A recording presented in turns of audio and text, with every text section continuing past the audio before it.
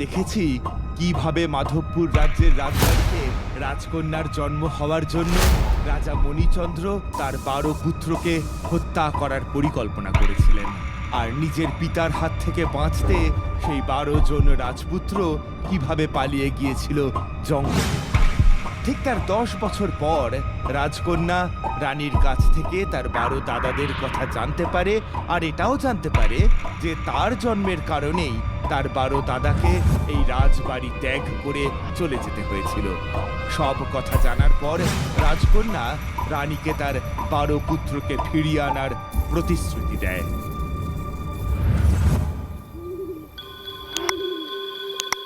মা, তুমি আমার 12 দাদাদের জন্য অনেক কেঁদেছো। আমি আর তোমাকে কাঁদতে দেব না। আমি চললাম দাদাদের সন্ধানে। কিন্তু তুই তোর দাদাদের কোথায় খুঁজবি মা? ওরা কোথায় আছে আমরা তো কেউই জানি না। ঈশ্বর যদি চান আমি আমার দাদাদের ঠিক খুঁজে পাবো মা। তুমি শুধু আমাকে আশীর্বাদ করো। এরপর রাজকন্যা তার মায়ের থেকে আশীর্বাদ নিয়ে 12 দাদার 12টি জামা নিয়ে বেরিয়ে পড়ল।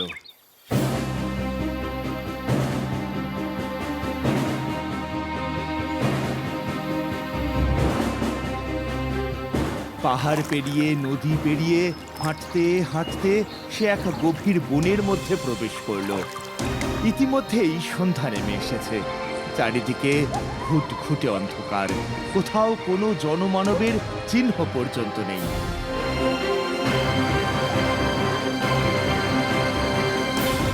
হঠাৎই রাজকন্যার চোখে পড়ল একটি কুটির। আরে, এই ঘন জঙ্গলের মধ্যে কুঠির এলো কোথা থেকে? যাই তো একবার কুঠিরটাতে একটু বিশ্রাম করতে পারলে খুব ভালো হতো।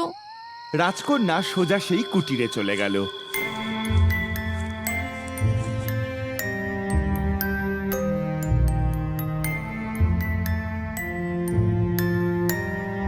আর কুটিরে প্রবেশ করতেই সে দেখল একটি ছেলে দাঁড়িয়ে আছে। কে তুমি? কোথা থেকে এসেছো? কি চাই তোমার? আমি এক রাজার মেয়ে। আমি আমার হারিয়ে যাওয়া 12 দাদাকে খুঁজতে বেরিয়েছি। 12 দাদা?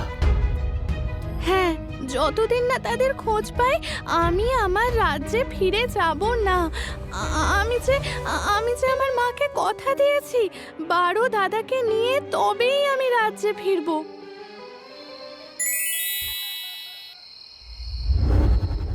এরপর রাজকন্যা তার 12 দাদার সেই 12টি জামা বের করে দেখালো। জামাগুলো দেখতেই লালকুমার বুঝতে পারলো এই তাদের ছোট বোন। আমি লাল কুমার, আমি হলাম তোমার ছোট দাদা।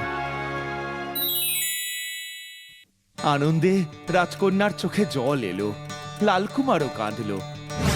তারপর দুজন দুজনকে জড়িয়ে ধরলো। দুজনের মন আনন্দে ভরে উঠল। তবে বোন, বিপদ কিন্তু এখনো কাটেনি। আমরা শপথ নিয়েছিলাম যে কোনো বালিকার সাথে আমাদের দেখা হলেই আমরা তাকে কেটে ফেলবো।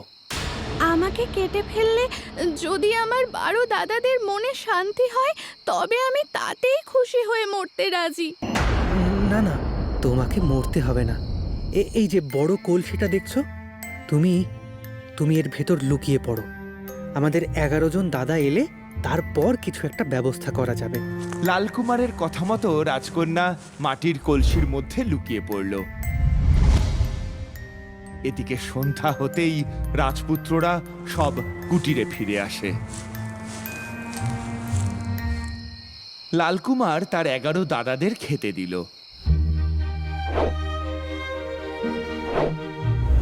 তোমরা কোনো খবর পাওনি? না। তোমরা এত বাইরে ঘোরো, অথচ ঘরে বসে আমি তোমাদের চেয়ে বেশি খবর পাই। বল বল করে তারা সকলে চেঁচিয়ে ওঠে। তাহলে আগে প্রতিজ্ঞা করো, প্রথম যে বালিকাকে আমরা দেখব তাকে তোমরা কেউ কাটবে না। লালকুমারের কথা শুনে সবাই একসাথে প্রতিজ্ঞা করল। আমরা সবাই